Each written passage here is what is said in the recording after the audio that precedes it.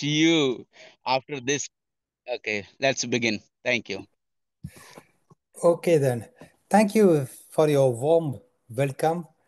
It was really a joy for me to hear you singing. It was really a wonderful time of singing. I heard Indra, Jatendra sings children, Rajendra sing wife or daughter, I don't know. And also, it was really a wonderful time of worship through songs. और वास्तव में एक बार फिर से आप सबका मैं धन्यवाद करना चाहता हूं, और खास तौर से जो गीतों को आप लोगों ने गाया, क्योंकि गीतों को गाना जो प्रभु की आराधना करने का समय था, उसकी स्तुति करने का समय था। और स्तुति करते हुए बहन इंदिरा को, भाई जितेंद्र के बच्चों को और भाई राजेंद्र की पत्नी को जो है इस प्रकार से गीत गाने के लिए प्रभु ने जो मदद किया, इसलिए प्रभु के नाम की स्तुति हो। So, as you all know, we are discussing about the topic head of all things study in Colossians.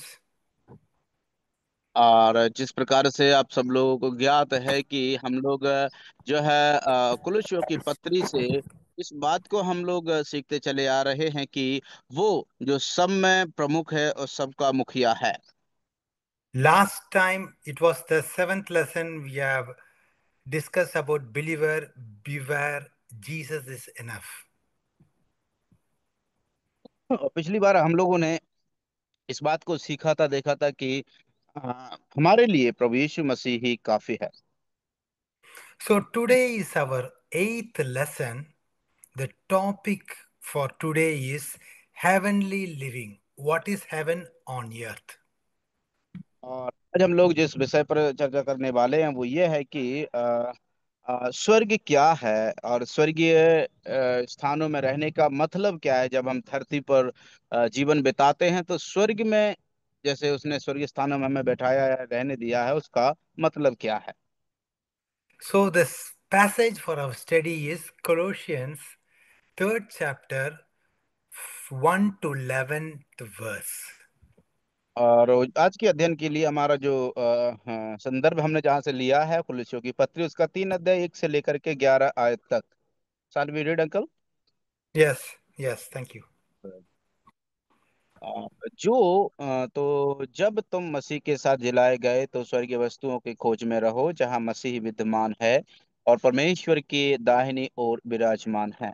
पृथ्वी पर की नहीं, परंतु स्वर्गीय वस्तुओं पर ध्यान लगाओ, क्योंकि तुम तो मर गए और तुम्हारा जीवन मसीह के साथ परमेश्वर में छिपा हुआ है।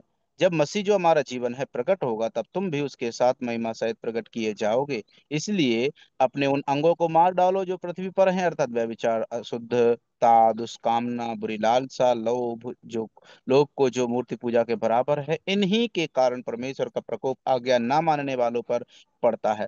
पर तुम भी जब इन बुराइयों में जीवन बिताते थे तो इन्हीं के अनुसार चलते थे। पर अब तुम भी इन सब को, अर्थात क्रोध, रोष, बैर भाव, निंदा, मुंह से गालियां बकना, ये सब बातें छोड़ दो। एक दूसरे से झूठ मत बोलो, क्योंकि तुमने पुराने मनुष्यत्व को उसके कामों समेत उतार डाला है और नए मनुष्यत्व को पहन लिया है, जो अपने सृजनहार के स्वरूप के अनुसार ज्ञान प्राप्त करने के लिए नया बनता जाता है। उसमें ना तो यूनानी ना रहा, ना यहूदी, ना खतना रहित, ना खतना, ना जंगली, ना स्कूती, न दास, न स्वतंत्र, न केवल मसीह सब कुछ और सब में है।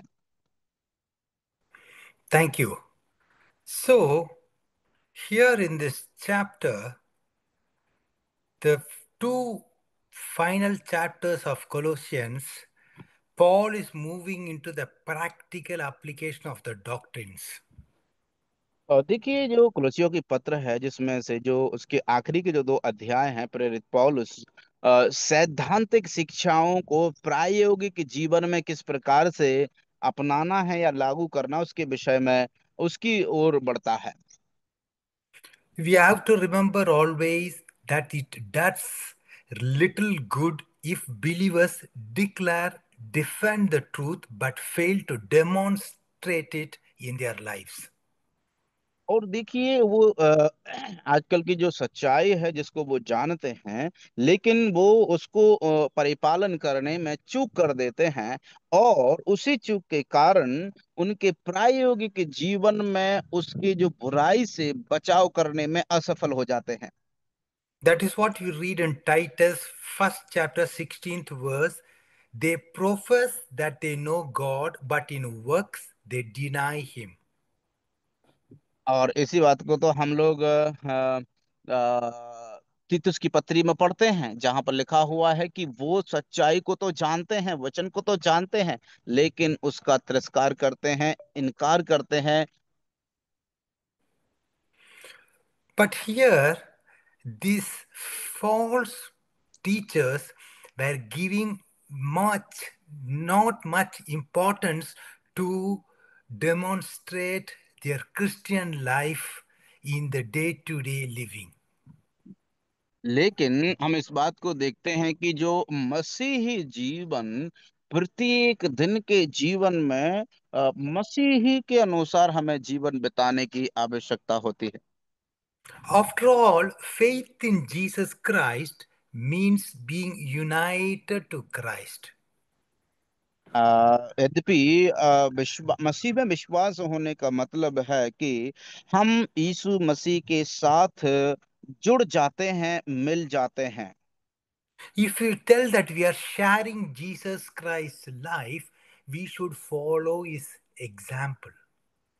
यदि हम इस बात का को कहते हैं या दावा करते हैं कि हम यीशु मसीह का नमूना जो है बनकर बनाते हैं या उसके साथ हम चलते हैं, तो हमें यीशु मसीह जो नमूना है उसके आधार बन चलना पड़ेगा। He can't live in us by his spirit and permit us to live in sin. वो हमारे अंदर आत्मिक रूप से इस प्रकार से कदापि नहीं रह सकता।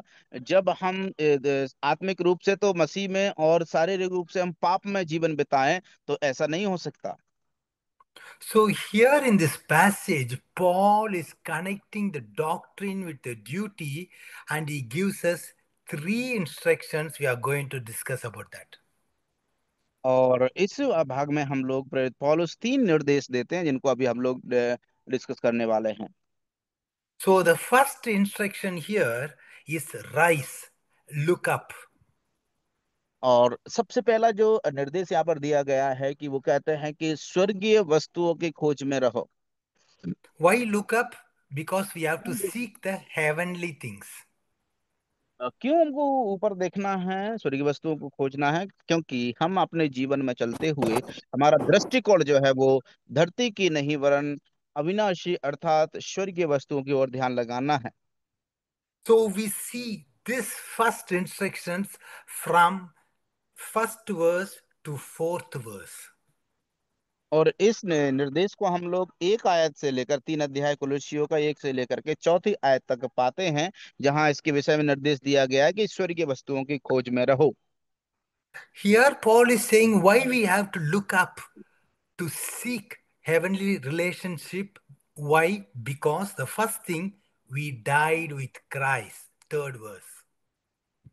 और ऐसा क्यों कहा गया है या कर दिया गया है, वो ऐसा इसीलिए है क्योंकि वचन तीसरे में लिखा हुआ है, हमें इसलिए स्वर्ग की वस्तु की खोज में रहना है क्योंकि हम उसमें मर गए हैं।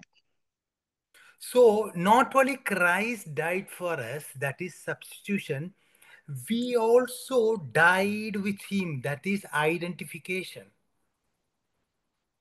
और इतना नहीं कि मसीह जो हमारे लिए छुटकारा दिलाने के लिए मारे गए हैं, और हम भी उनके साथ मारे गए हैं, वो उसके साथ हमारी पहचान है। Christ not only died for our sins, bearing our penalty, but he also died unto sins. That is, we are in Christ. और इसलिए हम लोग जो है उसमें इसलिए नहीं मारे गए हैं, वरन हम उसके साथ इसीलिए गाड़े गए क्योंकि हम पापों के लिए मारे मारे मर गए, मर चुके हैं। And in the fourth verse, we read, we live in Christ. और चौथी आयत कहता है कि हम मसीह में जीवित हैं। So, not only we have died with Christ, we are also living in Christ. और इसलिए न केवल हम मसीह के साथ मारे ही गए हैं, वरन हम मसीह के साथ या मसीह में जीवित भी है। You know, somebody has said that life is what you are alive to. और किसी ने इस प्रकार से कहा है कि जीवन वही है, जो आप जीवित हैं, जीवन वही है। When you talk about ice cream cone, a child might come alive when he hears about that.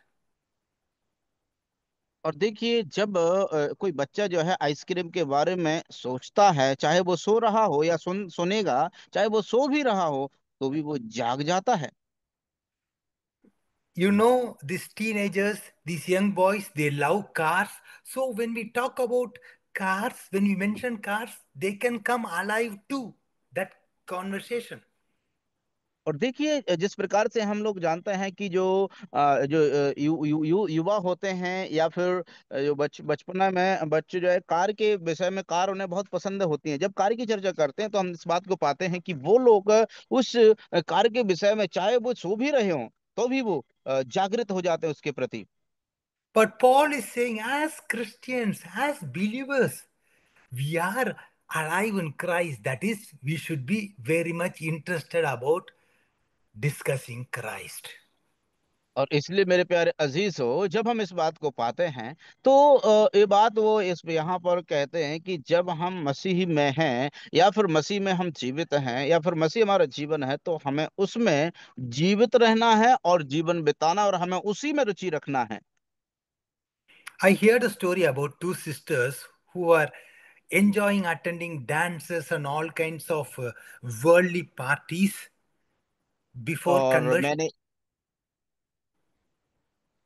Yes, और मैंने इस प्रकार से दोस्त बहनों के विषय में कहानी को सुना है।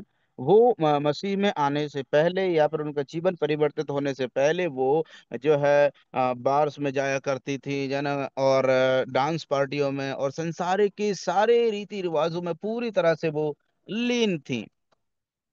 So these two sisters, when they were converted and found new life in Christ, they received an invitation to these kinds of parties also. लेकिन जब वो मसीह में आए, उसके बाद भी उनको इसी प्रकार के पार्टी में जाने के लिए उनको निमंत्रण मिले। You know what did they reply? They replied to this invitation saying that we regret that we cannot attend because we are recently died to this worldly invitation.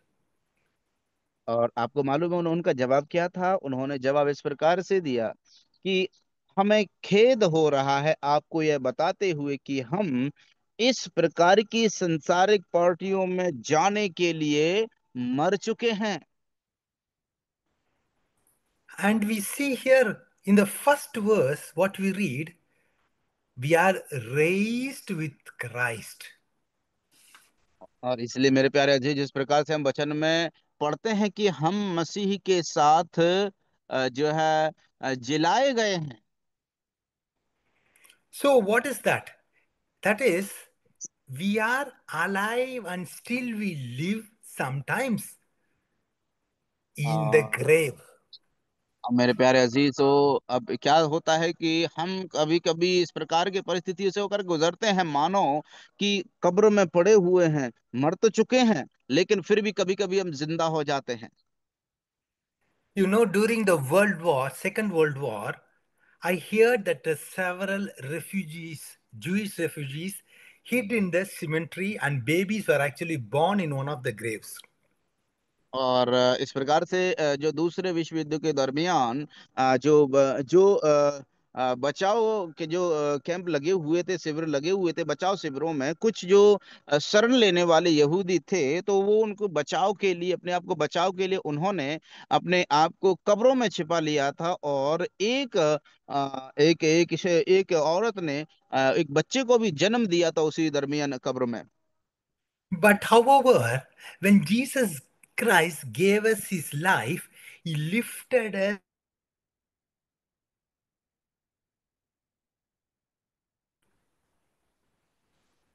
और देयर वाज अनकर internet connection Yeah. Issue. Repeat So, one second. however, when Jesus Christ gave us his life, he lifted us out of the grave and set us on the throne of heaven. और हे हाँ मेरे प्यारे अजीजों, यद्यपि इन सब बातों के बावजूद भी मसीह यीशु ने हमें जो है जिंदा किया है और उसके साथ स्वर्गीय स्थानों में परमेश्वर के साथ बैठाया है। So, our exalted position, that is risen with Christ, is not our goal. It is something which has already accomplished. It's an accomplished fact. और इसलिए मेरे प्यारे अजीजों, हम मसीह के साथ स्वर्गीय स्थानों में बैठाए गए हैं। ये कोई आज्ञा नहीं या निर्देश नहीं है, वरन ये जो बात पहले से ही घटित और पहले से इस कार्य को पूरा कर दिया गया है। और हम मसीह के साथ पापों के लिए जो है मर करके मसीह के साथ जिलाए गए हैं और उसके साथ स्वर्गीय स्थानों में बैठाए जा चुके हैं। And in the third verse, we read that we are hidden in Christ. और इसलिए जब वचन 3 में हम पढ़ते हैं तो उस अब उसी जीवन के विषय में मसीही में हमारा जीवन परमेश्वर में छिपा हुआ है मसीह के साथ। वचन 3 में हम पढ़ते हैं। So, hidden in Christ means security. Hidden in Christ means satisfaction. और मसीह में छिपा हुआ है इसका मतलब है सुरक्षा। मसीह में छिपा हुआ है मतलब संतुष्टि। So, we are in Christ. So, no burglar, not even Satan can separate us from the love of God in Christ. और इसलिए कि हमारा जीवन मसीह यीशु में छिपा हुआ है, सुरक्षित है, संतुष्ट है। तो यद्यपि शैतान चाह कर भी हमें मसीह के प्रेम से अलग नहीं कर सकता। So, our Christian life is hidden as far as the world is concerned because the world does not know Christ. और मेरे प्यारे अजीजों, क्योंकि संसार मसीह को नहीं जानता है, इसलिए उनको कोई मतलब नहीं, लेकिन हम मसीही लोग इस बात को सुनिश्चित कर रहे हैं और जानना जरूरी है कि हमारा जीवन मसीह में छिपा हुआ है। So, all the things that attracts us must be something which belongs to heaven. That means we should not ignore, I'm not saying that we should not ignore our earthly responsibility. That is also important. और इसलिए मेरे प्यारे अजीजों, इसका मतलब मैं ये नहीं कह रहा हूँ कि हमें जो है संसारिक जो भी जिम्मेदारियां दी गई हैं हम उनको नजरअंदाज कर दें। वो भी हमारी जिम्मेदारियां हैं, क्योंकि हम संसार में रहते हैं। And also, it is interesting to note in the fourth verse, Paul says that we are glorified in Christ.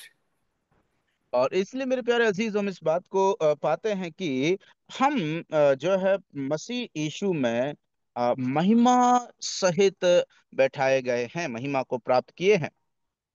But this glory simply is not yet been revealed.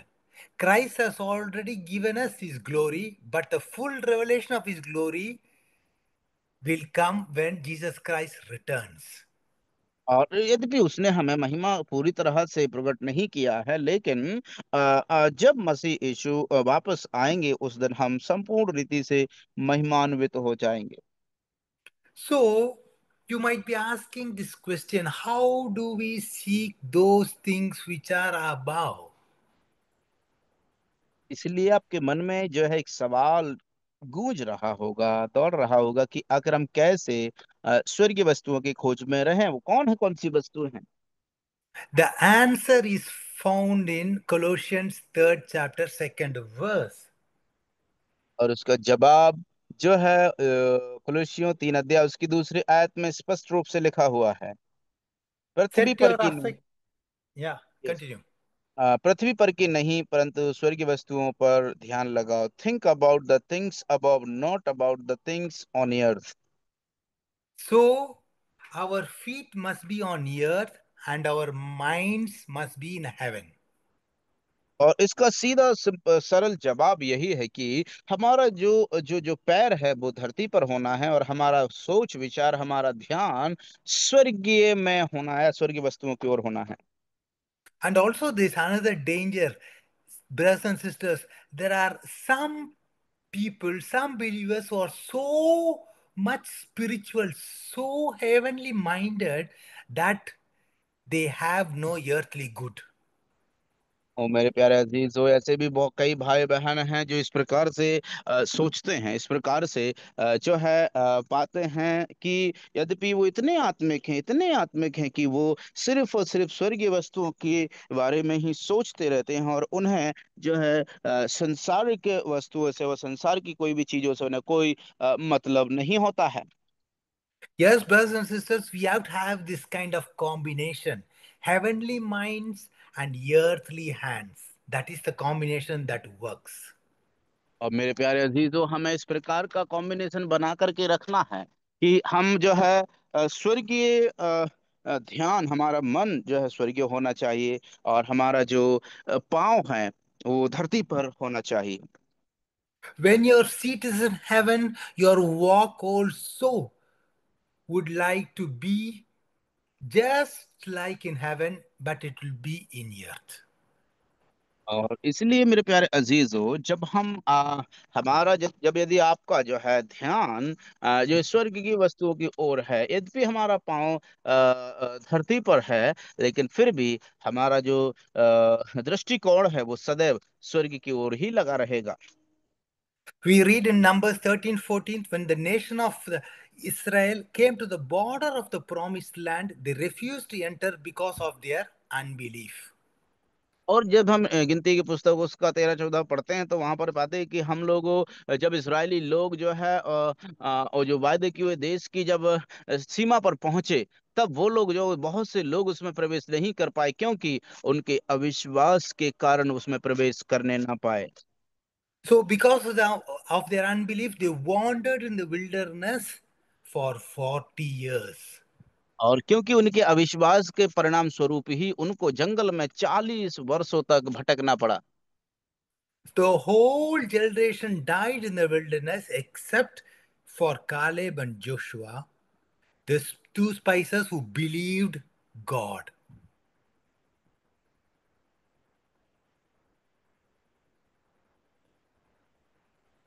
और हम लोग इस बात को पाते हैं कि जो 40 वर्षों के दरमियान अधिकांश इस्राएली लोग मारे गए थे, केवल यहोशू और कालेब को छोड़कर। So, how did Caleb and Joshua were able to get this victory during these 40 difficult years? How did they do that? मेरे प्यारे अजीजों, 40 वर्ष जो कठिनाई के भरे हुए थे, कैसे उन पर उन्होंने जीत हासिल किया, कैसे? Why? How did they do that? Because their minds and their hearts were in Canaan. They had an inheritance and they lived in the light of that inheritance, which was something future, but they lived for that.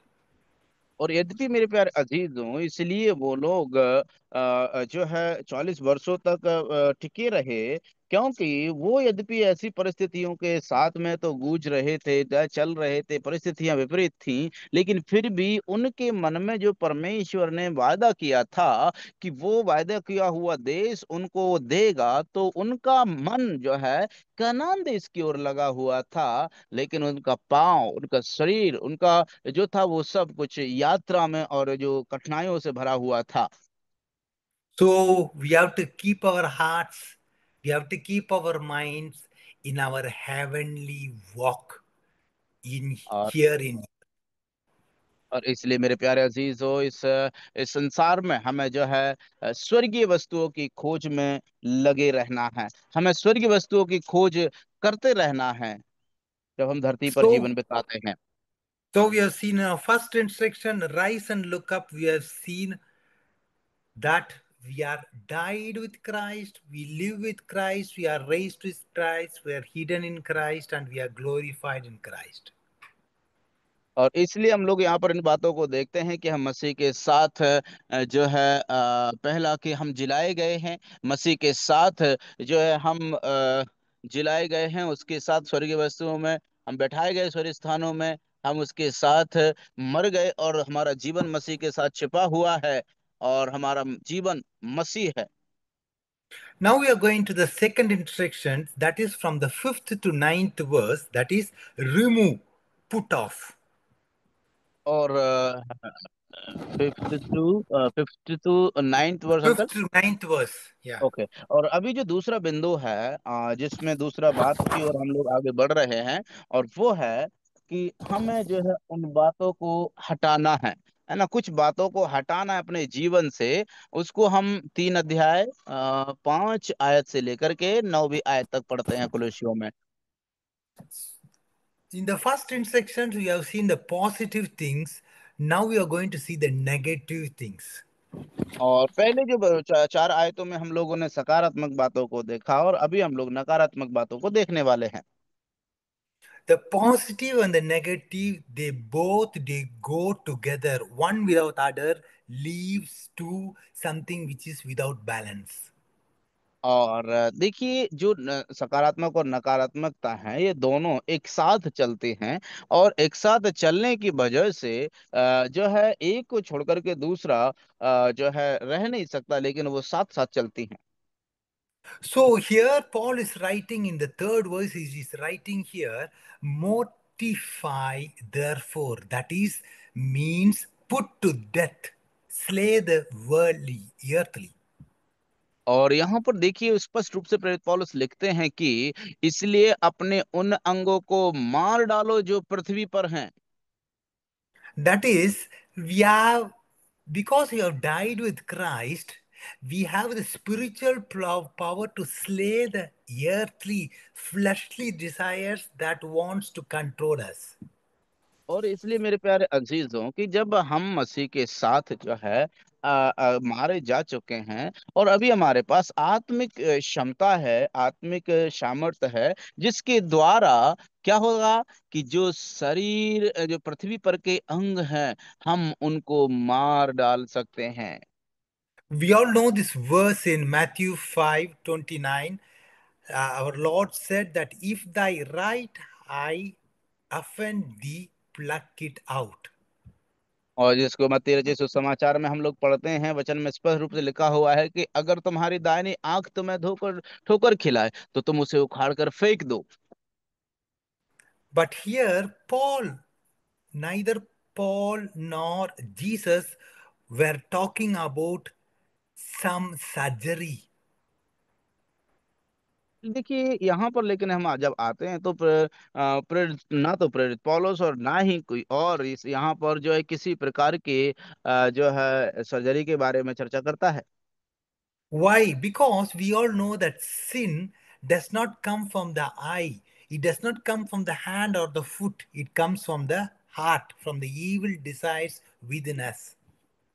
और क्योंकि हम लोग पाते हैं कि वो जो पाप है, या पाप की जो पाप भरी लालसा है, वो आंख से नहीं आता है ना, पाँव से नहीं आता है, लेकिन वो आता है हमारे आंतरिक हृदय से निकल करके आता है, हमारे दिल से, हमारे मन से निकल करके आता है।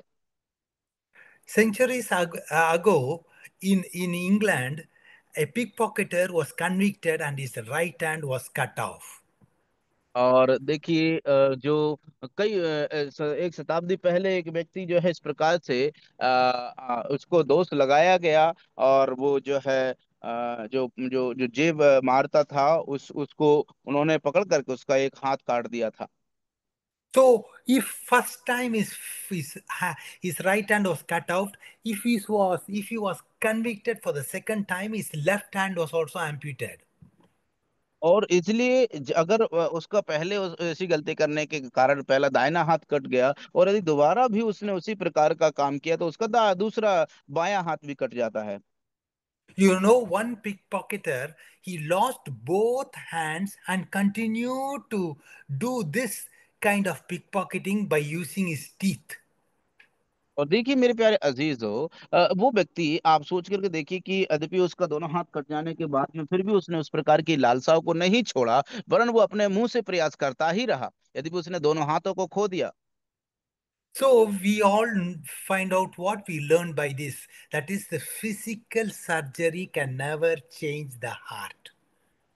और यहाँ से क्या पाठ हम लोग सीखते हैं, वो ये है कि शारीरिक जो शरीर की जो सर्जरी है, उसको करने से हमारा हृदय की विचारधारा बदली नहीं जा सकती।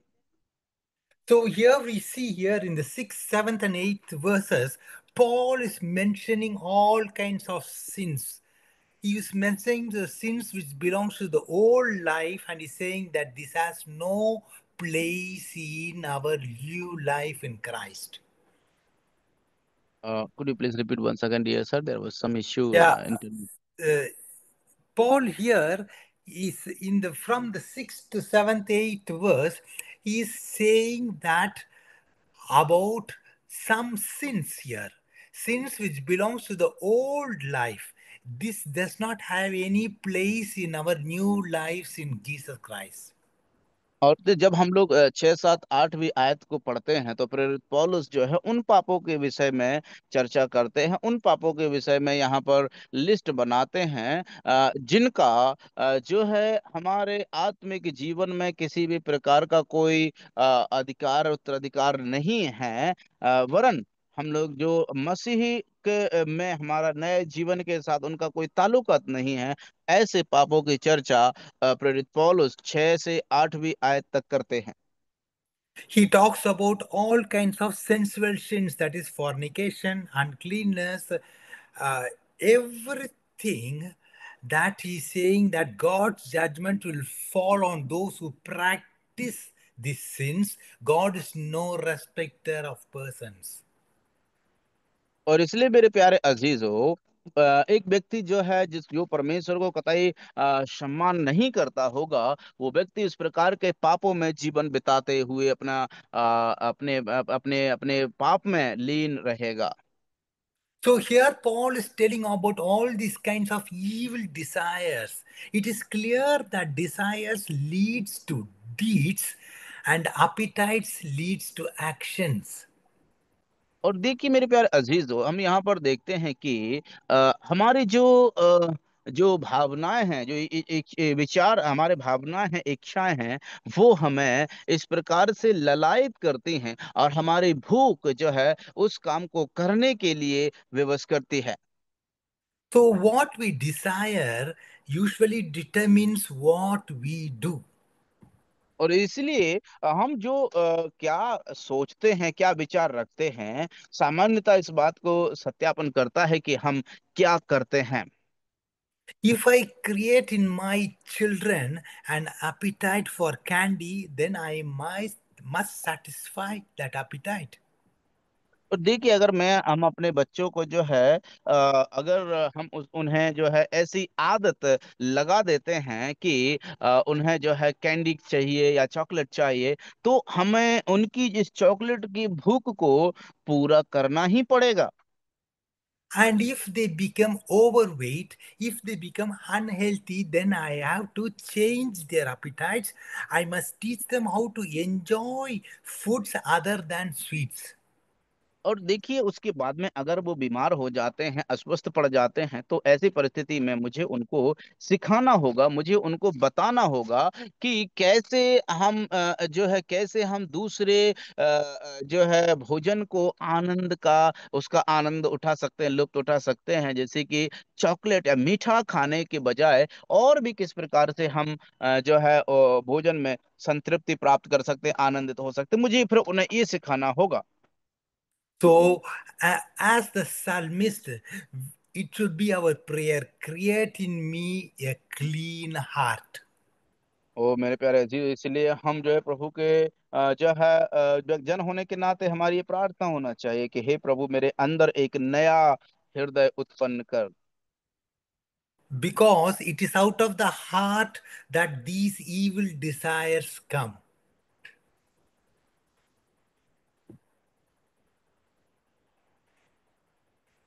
पूरे विचार आते हैं। It is out of the heart that these evil desires come. और ये तो हमारे उस हृदय की गहराई से जो है हमारे मन के विचारों से ही बुरे बुरे भावनाएं विचार निकल करके आते हैं। And also, when we come to the 5th verse, Paul is adding, is talking about covetousness. और देखिए, जब हम आगे के वचनों को पढ़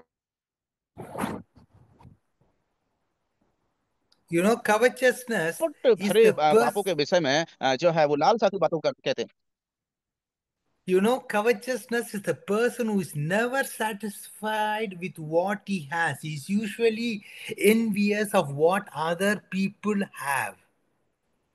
और देखिए मेरे प्यारे अजीज, जो जो जो लालच है किस प्रकार की है, उसका इस प्रकार का व्यक्ति होता है कि वो व्यक्ति कभी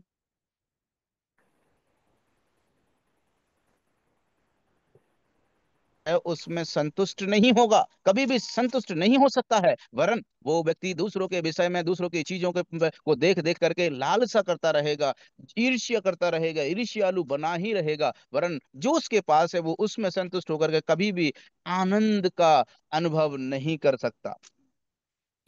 This covetousness is idolatry. Why? Because the covetousness put things in the place of God.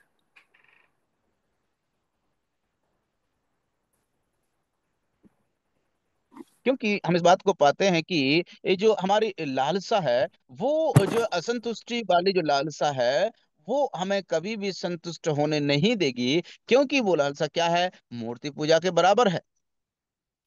You know what is the last of the 10 commandments? Thou shalt not covet. Exodus 20, 17th verse. और मेरे प्यारे अजीजों, क्या आपको पता है कि जो जो 10वीं आज्ञा और आखिरी आज्ञा क्या है, उसमें लिखा है कि तू किसी की वस्तु का बुरी लालसा नहीं करना। Yes, we might be asking, yes, do believers in local church commit these sins? Unfortunately, sometimes they do. और मेरे प्यारे अजीजों, स्थानीय कलीसियाओं में अधिकांश कई बार जो है विश्वासी, कई बार लोग जो है इस प्रकार के पापों को करते हैं। I was reminded of a pastor who was preaching about the sins of the saints. और मुझे एक पास्टर जो उनकी याद आती है, जब वो जो संत जन हैं वो पाप करते हैं उनके विषय में प्रचार कर रहे थे। So one member of the church went and challenged him, saying that you should stop speaking of against the sins of the saints.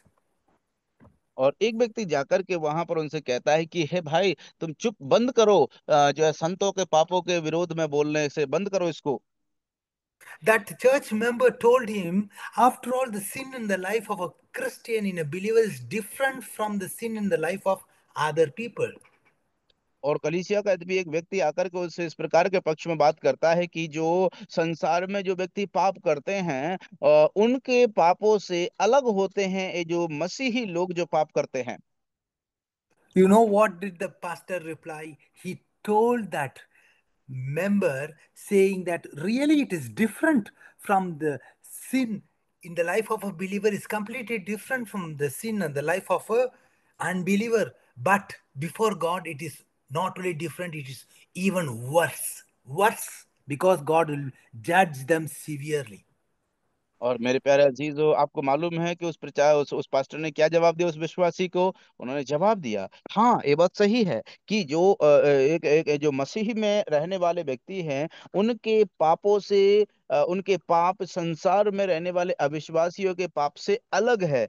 लेकिन दृष्टिकोण से, शारीरिक दृष्टिकोण से देखा जाए तो ये बात सही है, लेकिन याद रखो, परमेश्वर की नजरों में यद्यपि एक अविश्वासी के पापों से भी बुरा वो संतों के पाप हैं या विश्वासियों के पाप हैं, या फिर जो प्रभु पर विश्वास करते हैं और उसके बाद जो पाप करते हैं, यद्यपि संसार के अविश्वासी लोग उनके पापों से भी बुरा, उनके पापों से भी बढ़कर, उनके पापों से भी भयंकर पाप है विश्वासी जो पाप करते हैं विश्वास में आने के बाद। So, after Paul warning us against the sensual sins, now he is pointing out the dangers of social sins. We read that in 8th and 9th verse. और देखिए वो जो है व्यक्तिगत रूप से जो पापों का विषय में चर्चा करने के बाद में वो जो है सामाजिक रूप से किस प्रकार से वो पाप प्रभावशाली होते हैं उनके विषय में 8 और 9वीं आयत में हम लोग आते हैं, पढ़ते हैं उसका किस प्रकार से प्रभाव होता है सामाजिक रूप से। We are so much accustomed, used to these kinds of sin like anger, critical attitude and some kind of lying and all, we are not no longer upset with these kinds of sins. और मेरे प्यारे अजीजों, देखिए जिस प्रकार से हम लोग पहले भी समाज में जब रहते थे तो इस प्रकार के पापों को करते रहते थे। जिस प्रकार से वचन 8 में स्पष्ट रूप से लिखा है कि जो है तुम भी इन सब को, अर्थात क्रोध को, रोष, बैर भाव, निंदा, मुंह से गालियां बकना, ये सब बातें छोड़ दो। यद्यपि पूरी तरह से नहीं, वरन फिर भी कुछ कुछ जो है इस प्रकार के पापों में विश्वासी भी जो है संलिप्त रहते हैं। So we as believers will be shocked when we see another believer living in adultery. But when another believer loses his temper, we will call it a righteous anger. और मेरे प्यारे अजीजों, मान के चलिए एक विश्वासी जो है इस प्रकार से व्यभिचार में जो पड़ जाता है, और एक विश्वासी जो है आकर के उस अपना जो है वो जो गुस्से को वो नियंत्रण नहीं कर पाता है, तो हम उस प्रकार का जो क्रोध को, है ना, धार्मिक क्रोध कह सकते हैं। So before God, there is no difference between sins. There is no big sin, small sin. Adultery, fornication, lying, anger, everything is a sin before God. और इसलिए मेरे प्यारे जी, जो परमेश्वर के सामने कोई छोटा बड़ा पाप नहीं होता या पाप में भेद नहीं होता है। जो है सब पाप समान हैं और बराबर हैं, परमेश्वर के विरोध में होते हैं। So, what we read here in the ninth and the 10th verse, we have to be very careful. Here, he is giving a picture of what we have to put off and what we have to put on. और देखिए अभी यहाँ पर 9 और 10वीं आयत में हम लोगों को विशेष ध्यान देना है, प्रिय भाइयों बहनों, में विशेष ध्यान देना है कि प्रेरित पौलुस क्या कह रहे हैं। दो बातों को, कुछ बातों को हमें उतार फेंकना है और कुछ बातों को हमें अपने जीवन में पहन लेना है। 9 और 10वीं आयत में। You know, as human beings, we want to follow the worldly style, the way in which the worldly people dress. There is no wrong. But as Christians, what is our style? Sin is out of style for us, Christian. मेरे प्यारे अजीजों, हम मसीह होने के नाते हमारा जो style है, पाप उसके विपरीत और उसके विरोध में रहता है। So, as Christians, we have to put off all our filthy, dirty clothes, which is stinking with sin, and we have to put on our new clothes, white as snow, which is been washed by Lord Jesus Christ's blood. We have to wear it. और इसलिए मेरे प्यारे अजीजों, हमें जो विश्वासी प्रभु यीशु मसीह में आने के बाद में हमारे जो पाप हैं, पापी स्वभाव हैं, पापी के जो पोशाक है, हमें उसको जो गंदा है वो था, है ना, उनको उतार फेंकना है। और हमें मसीह यीशु में आने के तत्पश्चात, आने के बाद में हमें क्या करना है? जो आत्मिकता का, पवित्रता का जो पहनावा है, उसको हमें पहन लेना है। So that is what Paul is saying, put off and put on. He's saying, stop wearing what sin yes sir, has changed. Uncle. Pardon? Here, Paul is talking about put off and put on. That is, stop wearing what sin has stained. और ये यहाँ पर प्रेरित पौलुस जब चर्चा करते हैं कि कुछ बातों को उतार फेंकना है और कुछ बातों को पहन लेना है, सो विशेष रूप से प्रेरित पौलुस इस बात को कह रहे हैं कि हमें जो है उन बातों के विषय में सावधान रहना है। हमें उनको नहीं पहनना चाहिए जिनको पापों के द्वारा दूषित कर दिया है। जिन जिन जिन कपड़ों को या जिन पोशाक को पाप ने दूषित कर दिया, हमें वो नहीं पहनना चाहिए। Yes, brothers and sisters, it is high time for us to change our wardrobe. और हाँ मेरे प्यारे अजीजों, ये बात को हमें समझना बहुत जरूरी है कि जो है ये कठिनाई है ना, ये इस प्रकार से बदलने के लिए हमें बहुत बहुत बड़ी चुनौती है, बहुत बड़ी कठिनाई है। So, what is our dress code? Our dress code is Jesus Christ. It is His इसलिए compassion, it is His kindness, it is His humility. That is our dress code. और इसलिए मेरे प्यारे अजीजों, हमारा ड्रेस कोड क्या है, हमारा पहनावा क्या है? वो हमारा पहनावा स्वयं प्रभु यीशु मसीह है। हमारा नमूना पहनावे का प्रभु यीशु मसीह की नम्रता, दीनता, प्रभु यीशु मसीह की भलाई, प्रभु यीशु मसीह का प्रेम, प्रभु यीशु मसीह के समान क्षमा करना, तमाम जो प्रभु यीशु मसीह के द्वारा जो दिए गए हमारे लिए ड्रेस कोड हैं, उनको हमें पहनना है। Yes, Christ is our uniform. What is your uniform? It is the worldly things, all these kinds of sin which Paul has listed here. No, Christ only is our uniform, and love is the label. और मेरे मेरे प्यारे अजीजों, वर्तमान में देखिए किस प्रकार का कपट भरा, किस प्रकार का कपट चल रहा है। हम लोग इस बात को स्पष्ट रूप से पाते हैं कि यद्यपि मसीह हमारा जो है लेबल है, और लेकिन हम इस संसार में रहते हुए संसार के जो पहनावे हैं उनको पहने हुए घूम रहे हैं, उनको पहने हुए अंदर तो हैं, लेकिन उनके ऊपर लेबल कौन सा लगा है? प्रेम का। है ना? इसका मतलब अंदर कपट है, अंदर बुराई है, अंदर व्यभिचार है, अंदर ईर्ष्या है, जलन है, लेकिन ऊपर, है ना, मुंह में क्या लिखा है? हम तो प्रेम करते हैं। मतलब प्रेम का लेबल उस पर प्रेम की सील लगा करके मुंह से बोलते हैं, लेकिन अंदर बुराई ही बुराई भरे हुए हैं। इस प्रकार का स्वभाव आजकल के विश्वासियों में और परमेश्वर के लोगों में, कई लोगों में देखा जाता है। So, what is the last sin Paul named here? The final sin named by Paul is lying. We see that in the ninth verse. और देख लिए आखिरी पाप जो है प्रेरित पौलुस के द्वारा यहाँ पर बताया गया, वो क्या है? वो है एक दूसरे से झूठ मत बोलो। मतलब जो झूठ बोलने का जो पाप है, वो पाप जो है हम पाते हैं यहाँ पर कि प्रेरित पौलुस के द्वारा आखिरी पाप के विषय में दर्शाया गया है। We all know that Satan is a liar, but the Holy Spirit is a spirit of truth. When Christian lies, he is working with Satan. और मेरे प्यारे अजीजों, देखिए हम यहाँ पर क्या पाते हैं कि जो है झूठ का पिता शैतान है। और मेरे प्यारे अजीजों, आपको मालूम है कि जब एक विश्वासी झूठ बोलते हैं तो शैतान है ना, शत्रु बहुत ही आनंदित होता है और उससे प्रसन्न होता है। You know, once a pastor was preaching about the lies of Ananias and Sapphira. You know that in Acts 5th chapter, we already studied about that.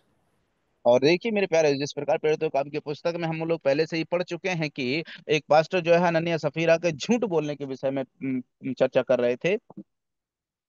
And when he was preaching about this Ananias Sapphira's lies, he asked the assembly, if God still struck people dead for lying, where would I be?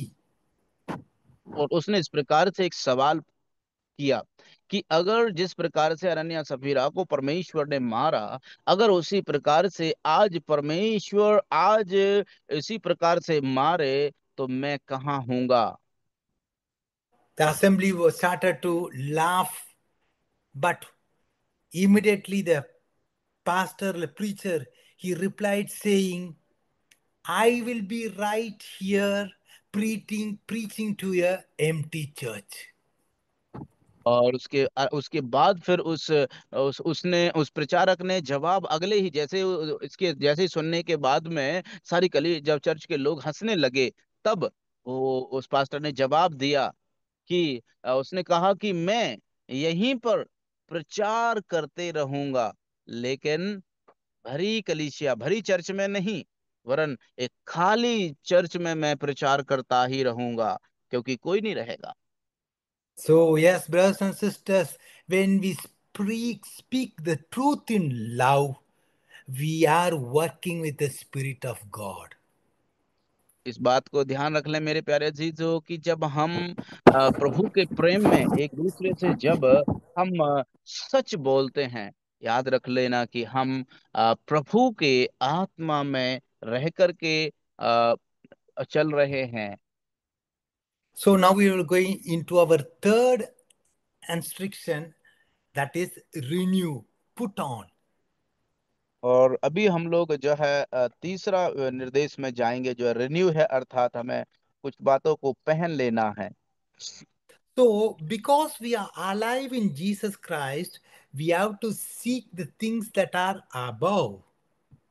और क्योंकि हम जो है मसीह यीशु में जो है जीवित हैं और पुनः जीवित हुए, इसलिए हमको अपना मन उन वस्तुओं को लगाना है जो स्वर्ग में है। And because we died with Jesus Christ, we have to put off all the things which belongs to the earthly life.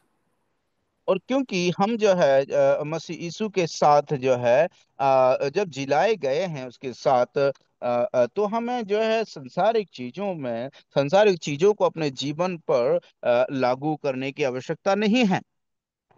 And the result is that when we become just like Jesus Christ, God wants to renew us. God wants to put into us the image of His Spirit.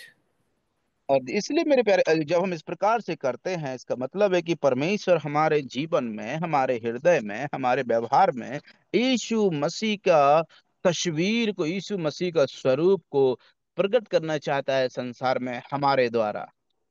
So once we become the child of God, we have been renewed by Him. There is a change in quality.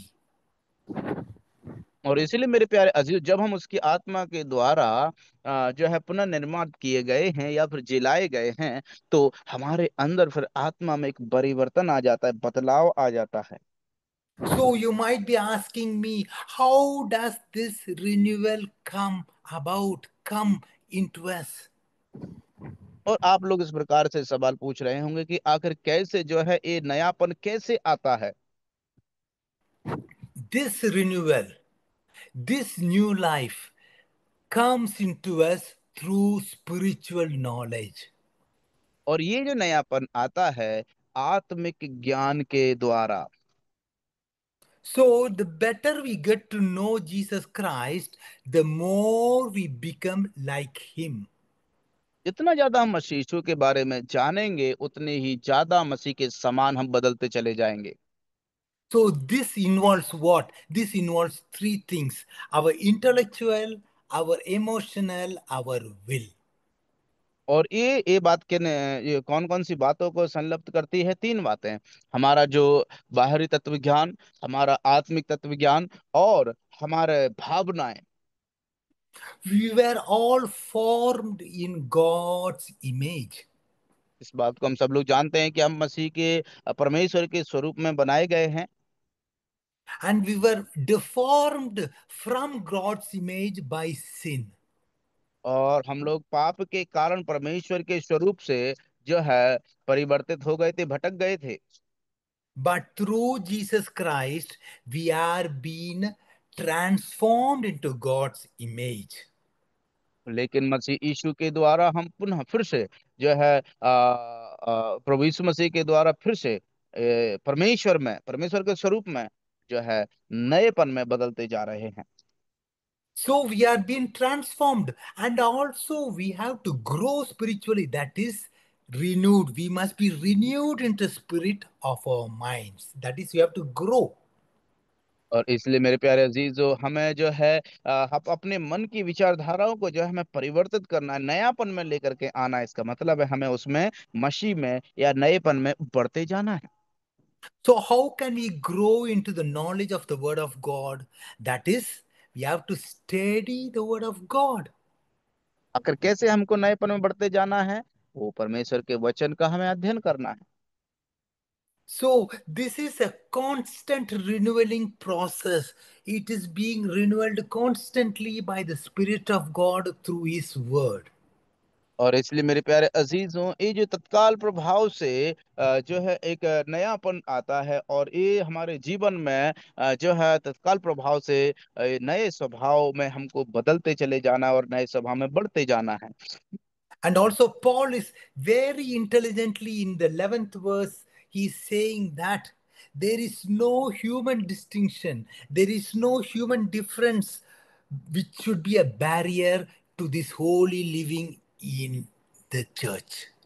और इसलिए मेरे प्यारे अजीजों, पवित्र जीवन बिताने के लिए किसी भी प्रकार का कोई रुकावट नहीं है कलीसिया में, क्योंकि यही तो हमारा नएपन का एक तरीका है, एक रास्ता है। So, in Jesus Christ, there is no human distinction. everything disappears.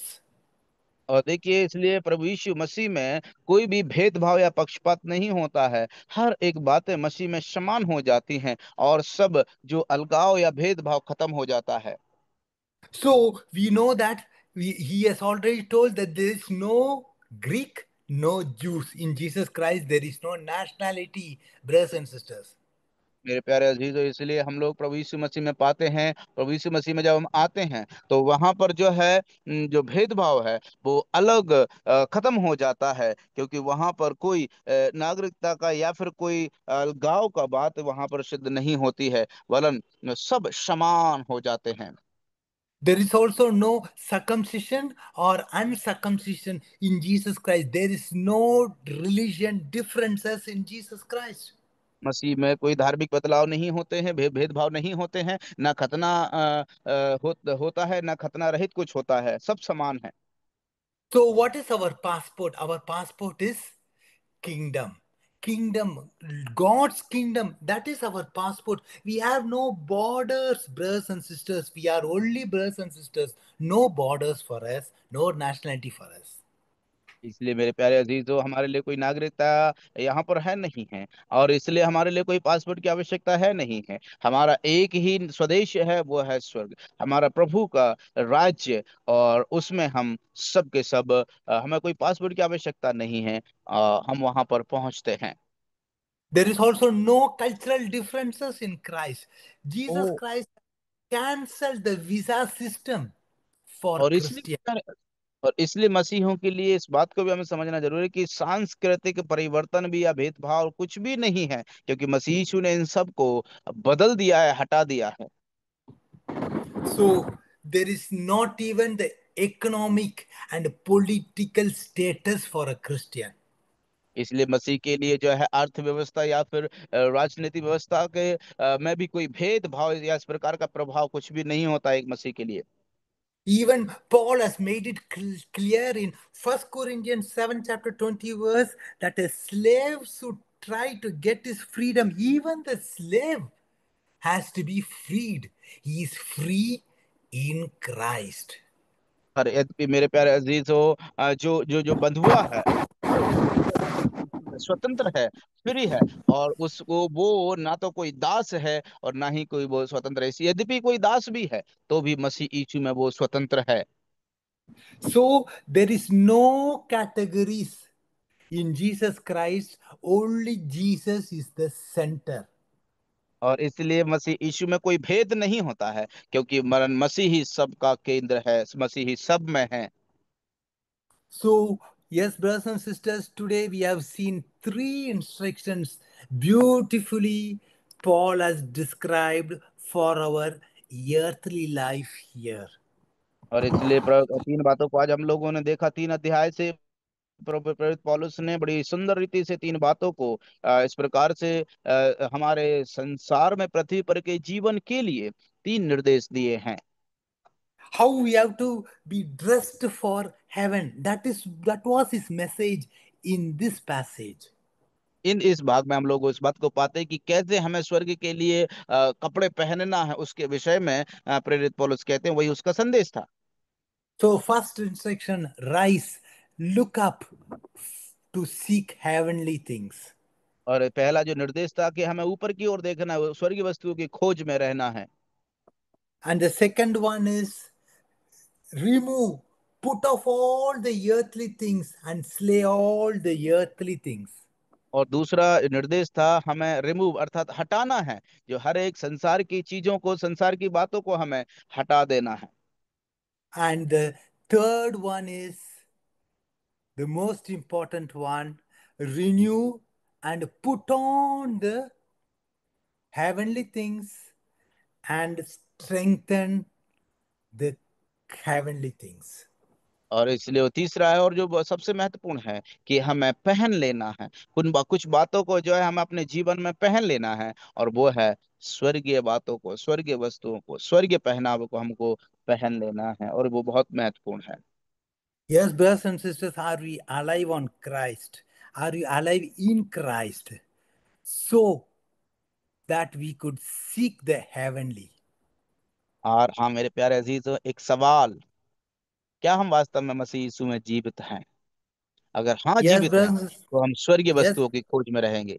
Yes. yes, brothers and sisters. Do we are we dead in Christ so that we can slay the earthly? और मेरे प्यारे अजीजों, क्या हम यीशु मसीह में मर गए हैं, जिससे कि हम संसार की जो बातें हैं, है ना, उनको काट के फेंक सकते हैं। We have to put on the heavenly things to become like Christ and be strengthened like Christly. और इसलिए जब हमें यदि मसीह के समान जीवन बिताना है, तो हमें मसीह में अपने आप को समर्पित कर देना है, मसीहत को पहन लेना है, मसीह के स्वभाव को पहनना है। और हमें जो संसार की बातों को उनको उतार फेंकना है, संसारिक विचारों को उतार फेंकना है। May the Holy Spirit help us to renew our minds and make us more into the image of God. Amen. आमीन। प्रभु हमारी सहायता करे कि हम मसीह के स्वरूप में, उसकी समानता में बदलते चले जाएं, और उसके स्वरूप में बदलते चले जाएं। उसके धन्य नाम की महिमा हो। आमीन।